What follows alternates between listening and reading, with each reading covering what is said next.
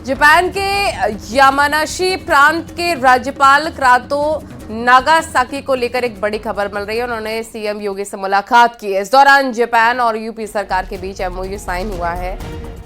दरअसल जापान की राजधानी टोक्यो के पास यामानाशी प्रांत सेमीकंडक्टर डिवाइस, इलेक्ट्रॉनिक उपकरण, रोबोटिक्स निर्माण, ग्रीन हाइड्रोजन, वाइन निर्माण का बड़ा केंद्र है। जापान इन सेक्टरों में यूपी के साथ में सहयोग का इच्छुक है और इसी सिलसिले में जापानी प्रतिनिधिमंडल ने मुख्यमंत्री से मुलाकात के बाद में एमओयू साइन किया, जिसमें सेमीकंडक्टर डिवाइस, इलेक्ट्रॉनिक उपकरण, रोबोटिक्स निर्माण समेत कई सेक्टरों में सहयोग में जापानी निवेश और सहयोग पर समझौता पत्र पर सहमति दी गई है। यूपी के मुख्य सचिव मनोज कुमार सिंह ने इस समझौते पत्र पर हस्ताक्षर किए। डेलीगेशन में यामानाशी हाइड्रोजन कंपनी के चेयरमैन भी मौजूद रहे। 69 बिलियन अमेरिकी डॉलर का निर्यात किया गया तथा 5.15 बिलियन अमेरिकी डॉलर का आयात भी किया गया। उत्तर प्रदेश यानी यूपी, जैसा कि नाम से स्पष्ट है, अनलिमिटेड पोटेंशियल का स्टेट है। आज इस एमओयू के बाद भारत और जापान के संबंधों को एक नई मजबूती मिलने जा रही है। अनलिमिटेड पोटेंशियल वाले इस राज्य में आपको सुखद अनुभूति होगी। जापान से पधारे आप सभी को इस पोटेंशियल का पूरा लाभ भी प्राप्त होगा। भारत के सबसे अधिक आबादी के राज्य उत्तर प्रदेश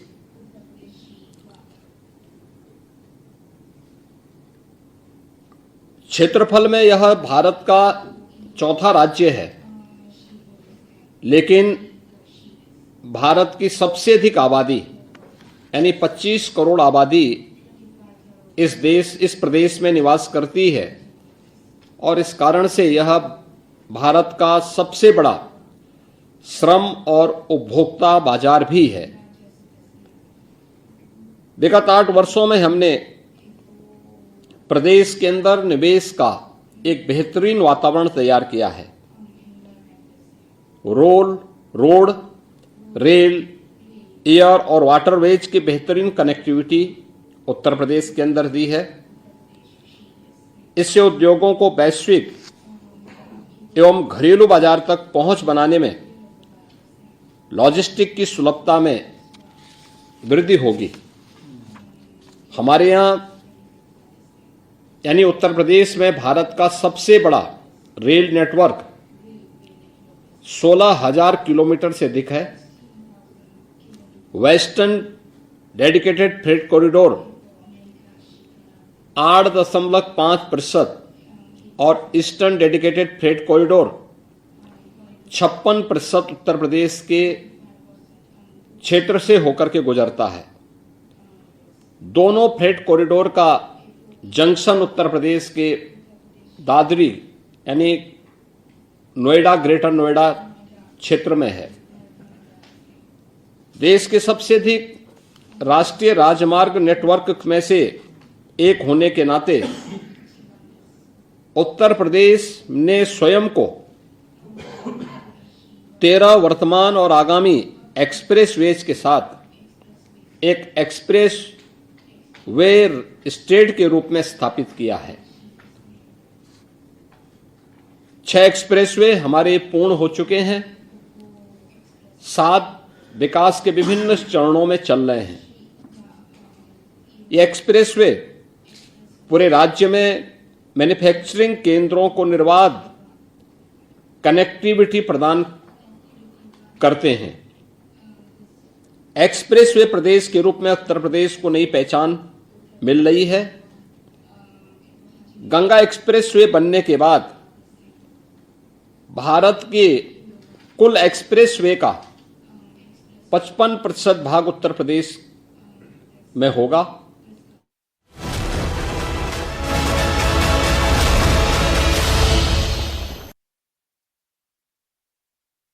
कैप्टन उन्नाव के अखलाक नगर में कबाड़ फैक्ट्री में भीषण आग लग गई। 3 ऑक्सीजन सिलेंडर को मौके से बाहर निकाला गया। दमकल की टीम ने कड़ी मशक्कत के बाद आग पर काबू पाया। मथुरा के खुशी गांव में 2 बाइक की आमने सामने टक्कर हो गई। बाइक सवार एक लड़के की मौके पर ही मौत हो गई। बहराइच में पीआरडी जवान और महिलाओं के बीच खींचतान। पीआरडी जवान पर गाड़ी ड्राइवर को थप्पड़ मारने का आरोप। 2 गाड़ियों में भिड़ंत के बाद पीआरडी जवान ने रोकी थी गाड़ी। कन्नौज में हाईवे किनारे की सरकारी जमीन पर चला बुलडोजर। पूर्व प्रधान ने फर्जी बैनामा कराकर जमीन पर किया था कब्जा। 200 वर्ग मीटर बेशक एम्प्टी जमीन को खाली करवाया गया। हरदोई में पुलिस पिटाई से आहत लड़के ने किया सुसाइड। चोरी के आरोप में पकड़ लाई थी पुलिस। दुकान में बंद कर पीटा था। बस्ती के कोयलापुर में दबंगों के जुल्म से आहत लड़के की संदिग्ध मौत।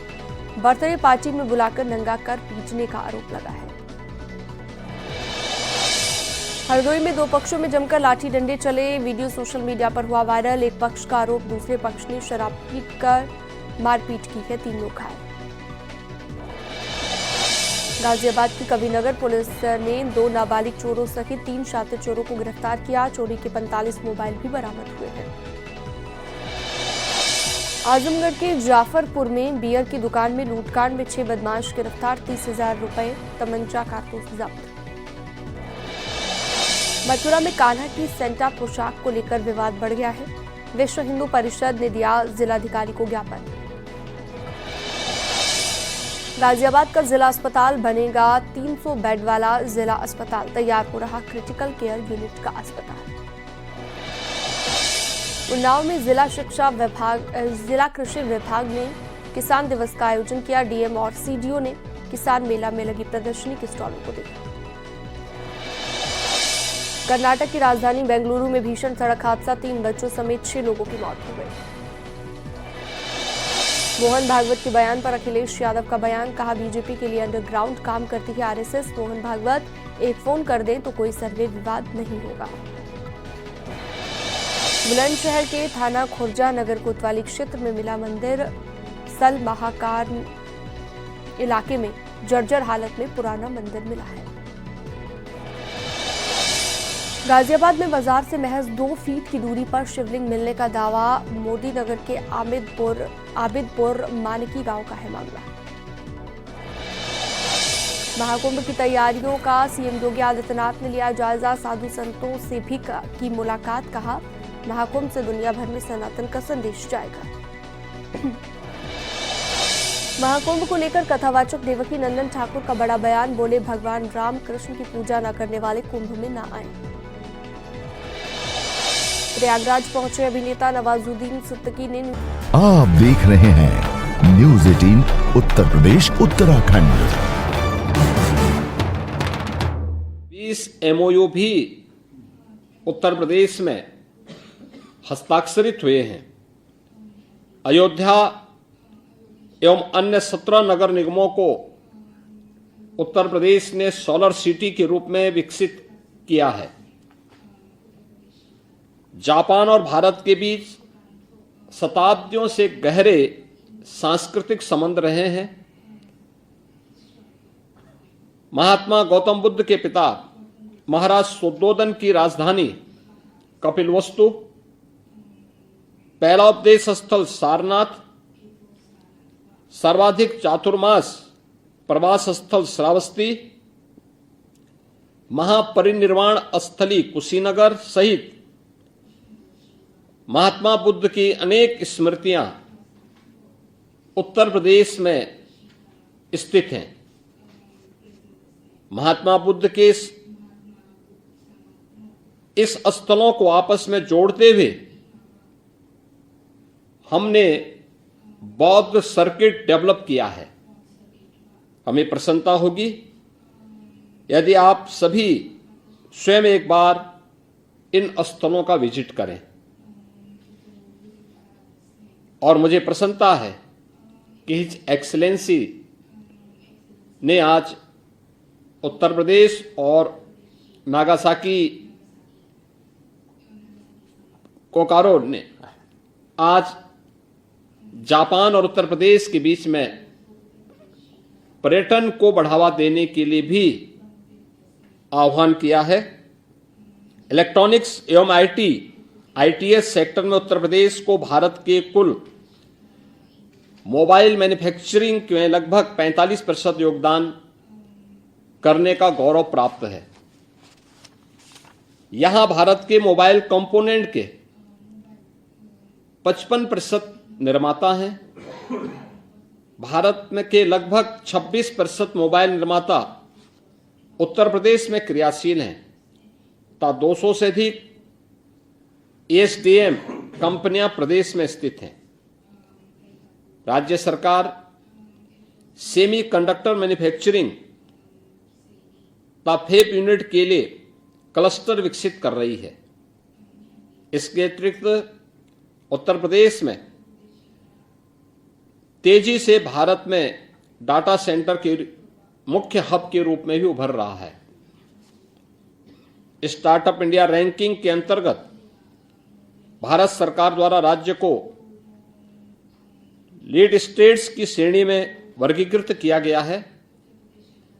उत्तर प्रदेश में स्टार्टअप इंडिया के कार्यक्रम के अंतर्गत अब तक 7,600 से अधिक स्टार्टअप पंजीकृत किए गए हैं। 6 सेंटर ऑफ एक्सीलेंस डेवलप किए जा रहे हैं। भारत में घोषित 2 डिफेंस इंडस्ट्रियल कॉरिडोर में से एक उत्तर प्रदेश में विकसित किया जा रहा है। तेजी से विकसित होते हुए स्टार्टअप इकोसिस्टम के साथ उत्तर प्रदेश में एंजल इन्वेस्टर्स एवं वेंचर कैपिटलिस्ट के लिए डिफेंस एवं एरोस्पेस वैल्यू चेन में स्टार्टअप को प्रोत्साहित करने के लिए असीम अवसर उपलब्ध हैं। जापान को इसका लाभ उठाना चाहिए। इसमें technology transfer, R&D and innovation को भी बढ़ावा मिलेगा। यमुना एक्सप्रेसवे के निकट उत्तर प्रदेश का पहला मेडिकल डिवाइस पार्क का शुभारंभ किया गया है। इसी प्रकार यमुना एक्सप्रेसवे के क्षेत्र में film city, toy park, apparel park, handicraft park, logistic hub भी विकसित किए जा रहे हैं। उत्तर प्रदेश को डाटा सेंटर हब बनाने की दिशा में कुल 636 मेगावाट क्षमता के डाटा सेंटर की स्थापना का कार्य जारी है। प्रदेश सरकार ने अपनी नीतियों में संरचनात्मक परिवर्तन करके एक प्रतिस्पर्धी, आकर्षक एवं सहायक प्रोत्साहन ढांचा भी प्रदान किया है। हमारी इंडस्ट्रियल पॉलिसी एक विकल्प आधारित मॉडल प्रदान करती है जो उत्पादन, रोजगार एवं निर्यात को प्रोत्साहित करती है। सर्कुलर इकोनॉमी, इंफ्रास्ट्रक्चर प्रोजेक्ट तथा ग्रीन हाइड्रोजन सहित नए क्षेत्र को भी हम प्रोत्साहित कर रहे हैं। भारत और जापान के मध्य संबंध केंद्र सरकार के साथ ही राज्यों तक भी फैले हैं। उत्तर प्रदेश के ग्रेटर नोएडा से जापानी शहरों के साथ अच्छे संबंध हैं।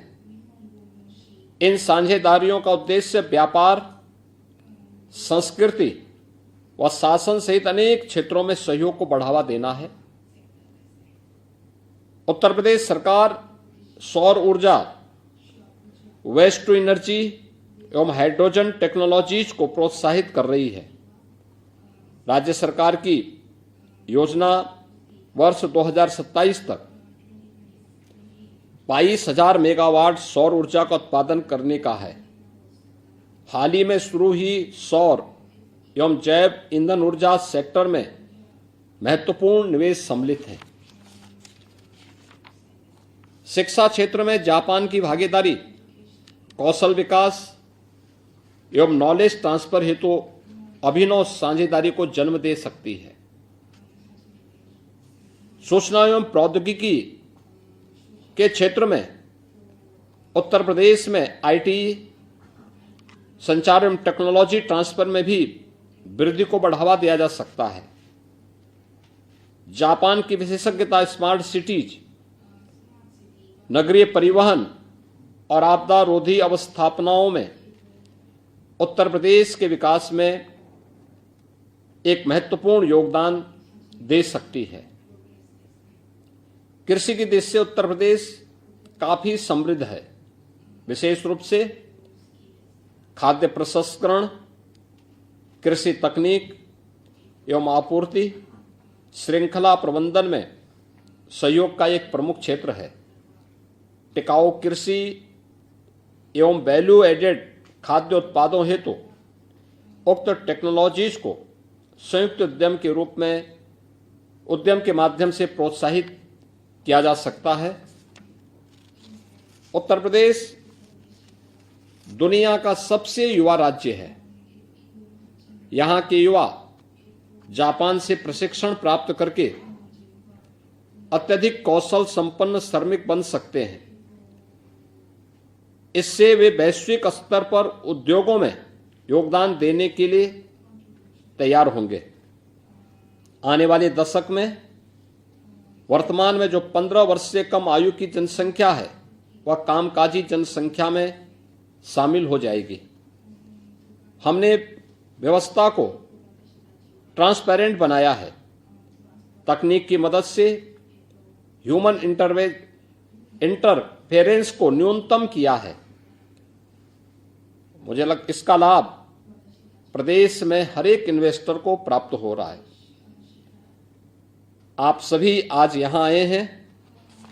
मैं आप सबका एक बार फिर से हृदय से आभार व्यक्त करता हूं और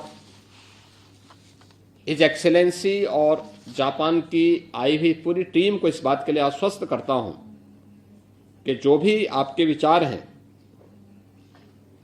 व्यापार के, पर्यटन के, इन्वेस्टमेंट के, इन सभी में उत्तर प्रदेश एक सकारात्मक भाव के साथ जापान के साथ और आपके राज्य के साथ मिलकर के कार्य करने का इच्छुक होगा। इरो इरो आरिगातो गोजाइमासु।